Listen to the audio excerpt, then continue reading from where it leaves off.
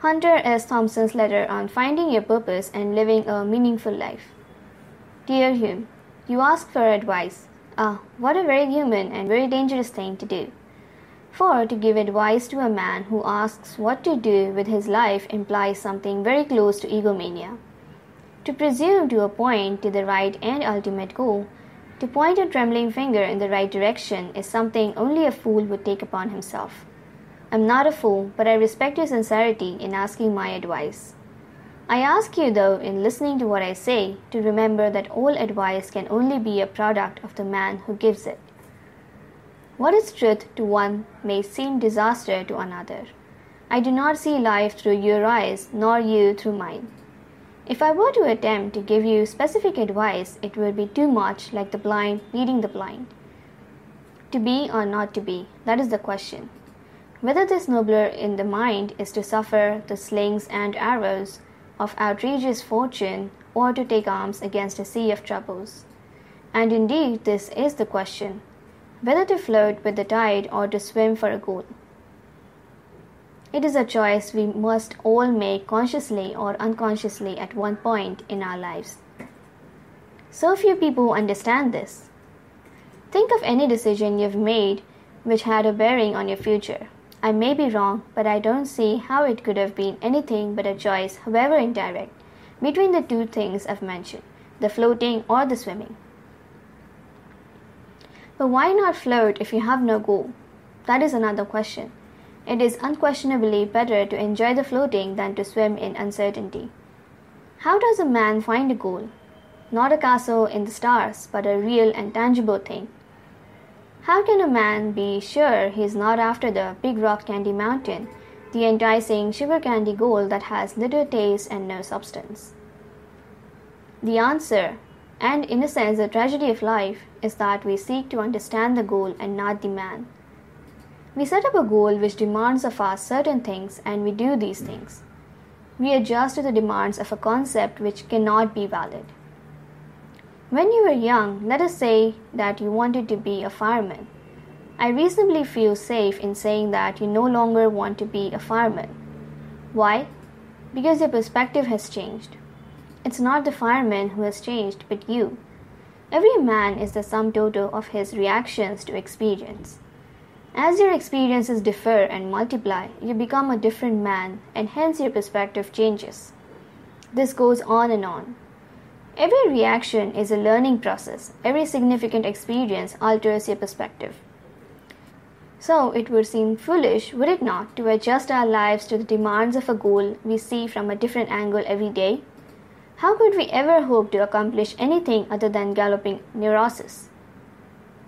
The answer then must not deal with goals at all, or with tangible goals anyway. It would take reams of paper to develop this subject to fulfillment. God only knows how many books have been written on the meaning of man and that sort of thing, and God only knows how many people have pondered the subject. I use the term God only knows purely as an expression. There's very little sense in my trying to give it up to you in the proverbial nutshell, because I'm the first to admit my absolute lack of qualifications for reducing the meaning of life to 1 or 2 paragraphs. I'm going to steer clear of the word existentialism, but you might keep it in mind as a key of sorts.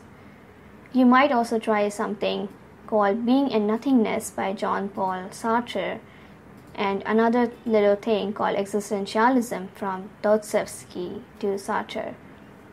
These are merely suggestions, but if you genuinely are satisfied with what you are and what you're doing, then give those books a wide berth. Let sleeping dogs lie. But back to the answer. As I said, to put our faith in tangible goals would seem to be, at best, unwise. So we do not strive to be firemen, we do not strive to be bankers, nor policemen, nor doctors. We strive to be ourselves. But don't misunderstand me. I don't mean that we can't be firemen, bankers, or doctors, but that we must make the goal conform to the individual rather than make the individual conform to the goal. In every man, heredity and environment have combined to produce a creature of certain abilities and desires, including a deeply ingrained need to function in such a way that his life will be meaningful. A man has to be something, He has to matter. As I see it then, the formula runs something like this. A man must choose a path which will let his abilities function at maximum efficiency towards the gratification of his desires. In doing so, he is fulfilling a need, giving himself identity by functioning in a set pattern toward a set goal. He avoids frustrating his potential, choosing a path which puts no limit on his self-development, and he avoids the terror of seeing his goal wilt or lose its charm as he draws closer to it.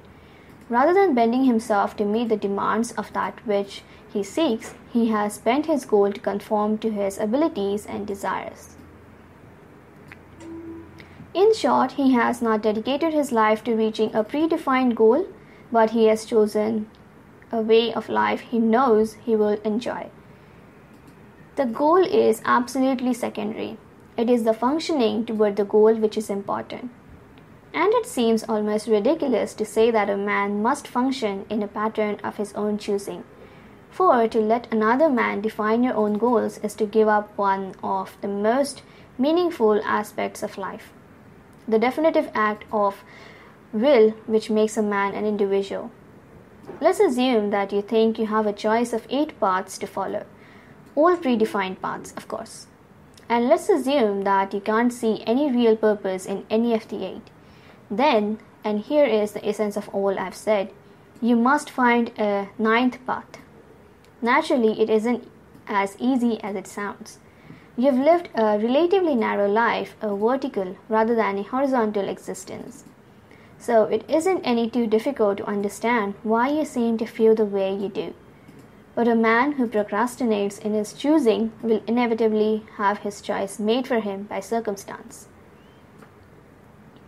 So, if you now number yourself among the disenchanted that you have no choice but to accept things as they are, or to seriously seek something else, but beware of looking for goals. Look for a way of life.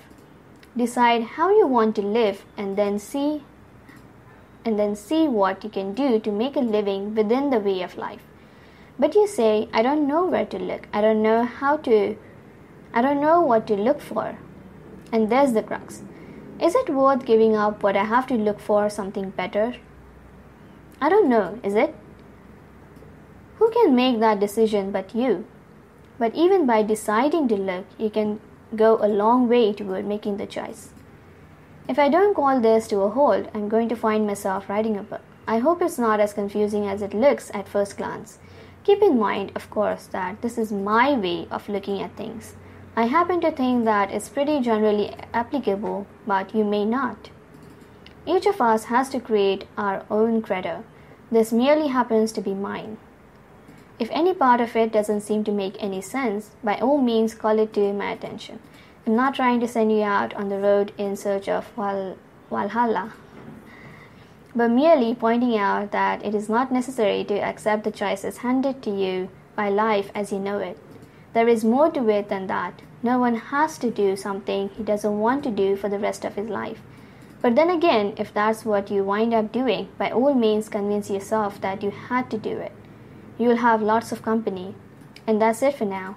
Until I hear from you again, I remain your friend Hunter.